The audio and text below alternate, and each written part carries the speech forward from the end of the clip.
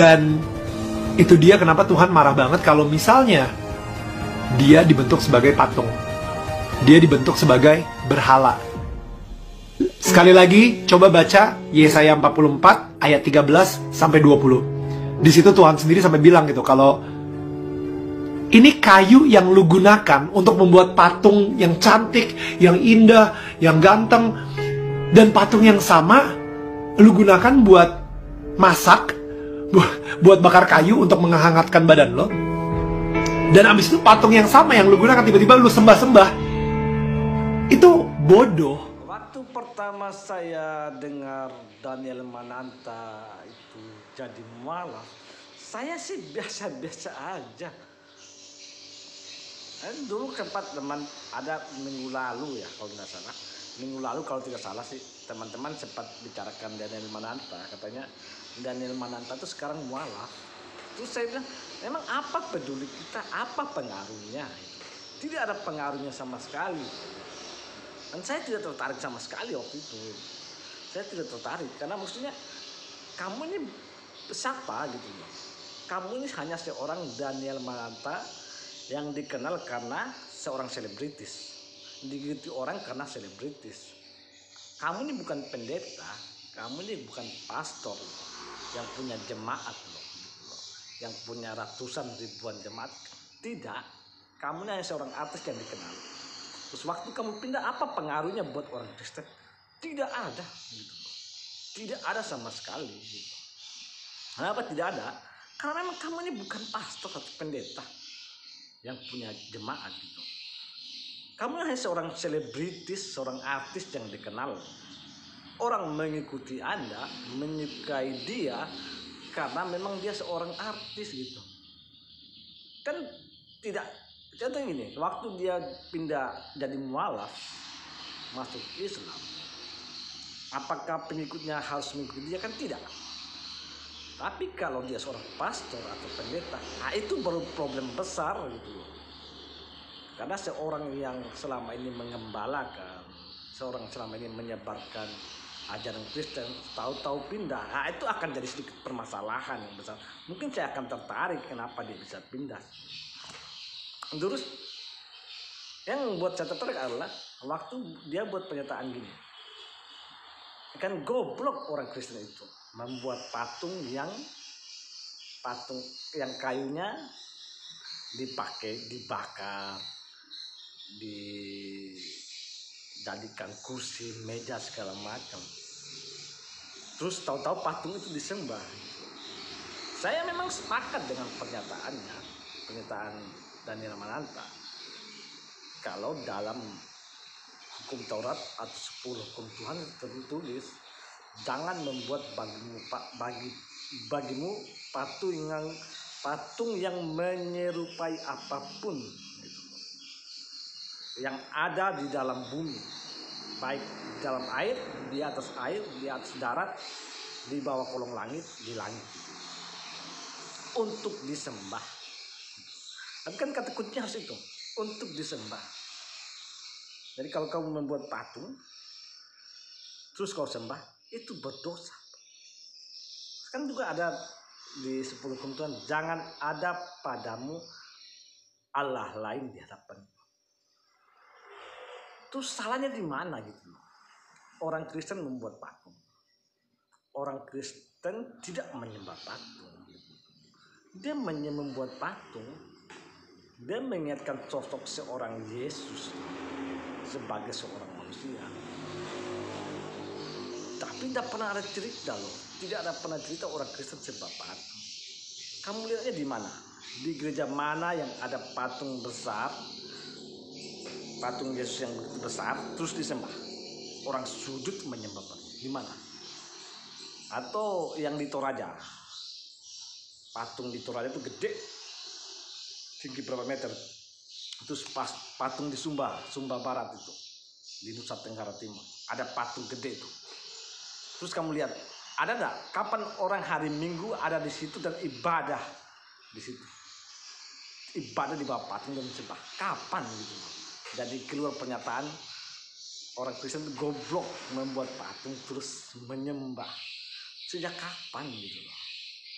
Hanya makanya saya pikir awalnya dia cerdas waktu itu. Saya pikir Daniel Mananta itu pertama cerdas waktu dia bilang jangan ada Allah lain di hadapanku, jangan membuat patung bagimu untuk disembah. Saya pikir dia cerdas, tapi ternyata dia tidak bisa membedakan patung yang dibuat sebagai simbolis dan patung yang disembah. Karena tidak pernah ada ceritanya orang Kristen sembah patung. Nah, tidak pernah ada. Jadi kalau mau goblok ya goblok sendiri gitu. Kalau kamu mau pindah agama silahkan, tapi tidak usah menjelek-jelekan agama asalmu dengan so taumu hanya untuk dapat viral, untuk dapat uang dari YouTube gitu loh. Silakan, kamu bersaksi apa aja. Intinya tidak usah mengganggu kepercayaan orang lain. Kalau memang kamu mau pindah silahkan, tapi tidak perlu harus menjelek-jelekan agamamu, katanya menyembah patung, menyembah berhala.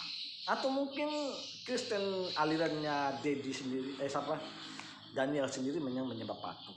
Nah, mungkin dari dia membuat perintah ini. Tapi menurut saya, untuk kami sendiri, saya jemaat GKS, Gereja Kristen Sumba, dan GIMIT yang saya tahu, Gereja Masahi Injil Timur, GIMIT ya, Timur Injil, Gereja Masahi Timur Injil, GIMIT,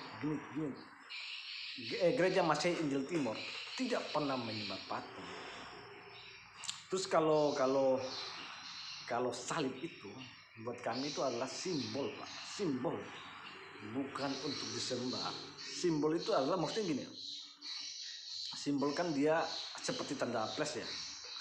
Jadi ada yang tegak lurus ke atas, terus ada yang mendatar. Nah, segini. Nah, kami berpikir gini. Yang ini nih adalah, kalau menurut saya ya simbol ini ya, ini adalah hubungan manusia sama Tuhan, sama Allah ya, sama Allah. Terus yang potong gini, nah, yang memalangnya adalah hubungan manusia dengan sesamanya. Jadi waktu kita mau bangun hubungan baik dengan Tuhan, kita dibatasi hubungan baik dengan manusia. Jadi simbol itu kan lebih banyak ke atas ya. Jadi, maksudnya ini halangannya ke atas banyak. Dia tidak simetris, tidak di tengah-tengah. Kenapa? Karena gini, waktu Anda sudah mau mencapai hubungan baik dengan Allah, mungkin Anda tidak melakukan dosa, dan situ Anda harus perhatikan gitu. Anda dipalang kayak gitu, dibatasi, karena supaya Anda bisa membangun hubungan dengan sesama. Karena di Injil itu akan tertulis 2 hukum kasih kan. Yang pertama, kasihilah Tuhan Allahmu dengan segenap hatimu, dengan segenap jiwa ragamu. Yang kedua, kasihilah sesamamu manusia seperti kamu mengasihi diri sendiri. Jadi itu adalah membuktikan kalau gini. Jadi kalau kamu membangun hubungan dengan Tuhan menjadi sempurna, Anda harus bangun hubungan dengan manusia dulu, sesama. Kamu sudah baik dengan sesamamu, baru kamu meningkat gitu loh. Karena bagaimana kamu bisa mencintai dan mengasihi Allahmu yang tidak terlihat, sedangkan hubunganmu dengan sesamamu yang terlihat tidak baik-baik saja. Itu loh. Jadi maksudnya gini, kamu bodoh waktu mengatakan orang Kristen menyembah patung, karena tidak pernah ada orang Kristen menyembah patung. Terus orang Kristen juga tidak mempunyai Allah lain selain Allah, selain Tuhan Allah atau Bapa yang di surga menurut orang Kristen kan. Kalau pertanyaan kenapa Yesus dikatakan anak Allah, ini loh, kita percaya kan. Kita percaya kalau Yesus dikandung dari anak darah Maria, anak perawan. Karena Allah mengirimkan roh di dalam kandungan Maria. Nah, pertanyaannya gini ya, bapaknya siapa? Bapaknya siapa?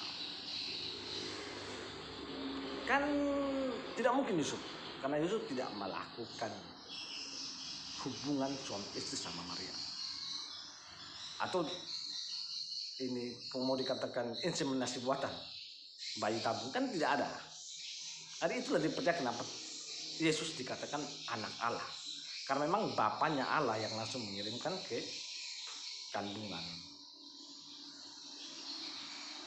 Maria, gitu. Bunda Maria. Gitu. Jadi salahnya di mana?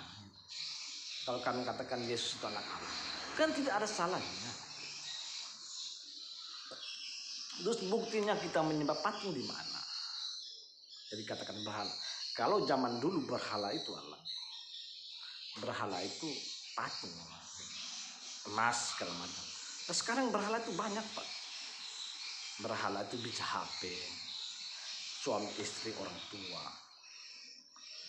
Karena waktu Anda ibadah, mau pergi ibadah, ternyata istrimu sakit dan Anda tidak ke gereja untuk ibadah, maka Anda udah menyembah berhala karena lebih mementingkan anak istri daripada Tuhan.